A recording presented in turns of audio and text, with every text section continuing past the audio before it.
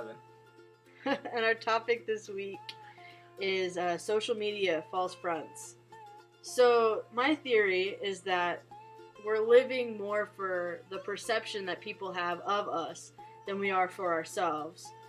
And what I mean by that is that we're worried more about how cool other people think we are and how much fun they think we're having than we're actually worried about how much fun we are having, and how we're not living in the moment anymore because we're so worried about the picture that's going to make it back to our 200 followers or however many you have. So why do you think we do this? Right, I'm taking a little leap. 50 years ago you only had to impress somebody at a dinner party. And now it's like, now you always have access to see what this person's doing or how they're living their day. It's not like, I'm going to catch you up after a month of not talking and I get to highlight these. Instead, you have to highlight something daily. You know, it's this kind of red trail, like, oh, this person has this really nice car, but for all you know, it's a rental. Right. Yeah. So do you think that people are posting things that aren't necessarily accurate?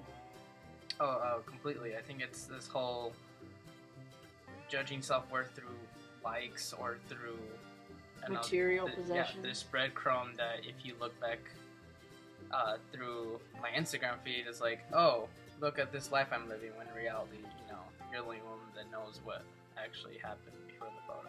It's kind of like we've talked about how in movies they never show like the drive to your first date. They show the romantic moment when he comes and picks you up at the door and then you're at the restaurant. They don't show that awkward conversation or lack thereof on the way to get to your date.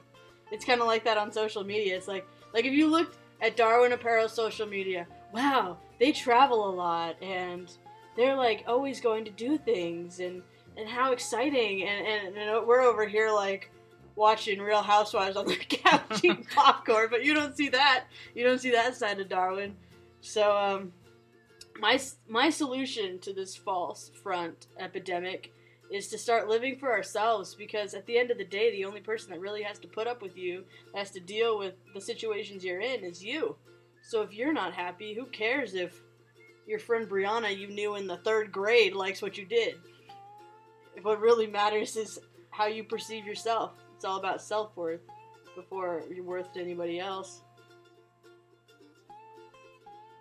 Okay, so for this week's current event, Evan was listening to the radio and heard something interesting about a class being offered. Yeah, it's in Britain? Yeah, Great London. London, there's a college that's offering the perfect selfie class, how to take the perfect selfie. And for $200, you too can get a perfect selfie. And at first it sounded really interesting. I thought it was a psychological standing on why today's society is so obsessed with documenting, because, you know, our life's really important, you know. Jeez, when did teachers become privy to idle adolescent gossip? That would be when everyone is putting everything up on Facebook. I don't know what your generation's fascination is with documenting your every thought, but I can assure you they're not all diamonds. Roman is having an okay day and bought a Coke Zero at the gas station, raised the roof. Who gives a rat's ass? He got a Coke Zero again? Ah, that Roman, incorrigible.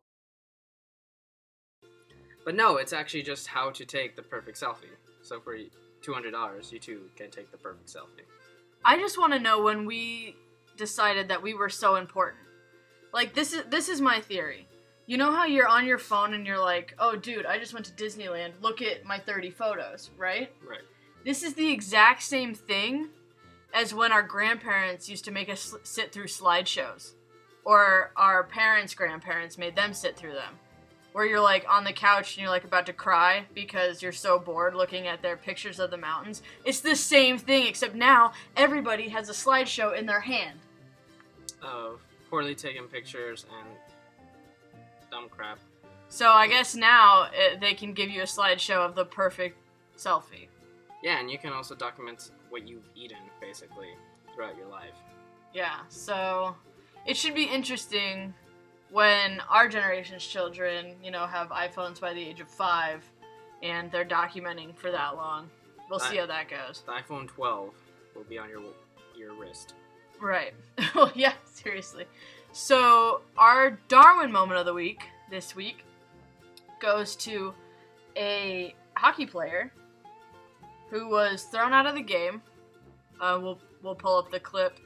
But he was thrown out of the game, and he was throwing a stick around, leaving in a huff, and the stick actually caught on the glass on the way to the penalty box, and he clotheslined himself. So we call that Darwin. You kind of deserved it. Right. So that's it for this week's episode. Tune in next Wednesday, where we continue on the topic of social media. And we look forward to talking to you next week. Remember, it all starts with a conversation. Your actions can cause a movement.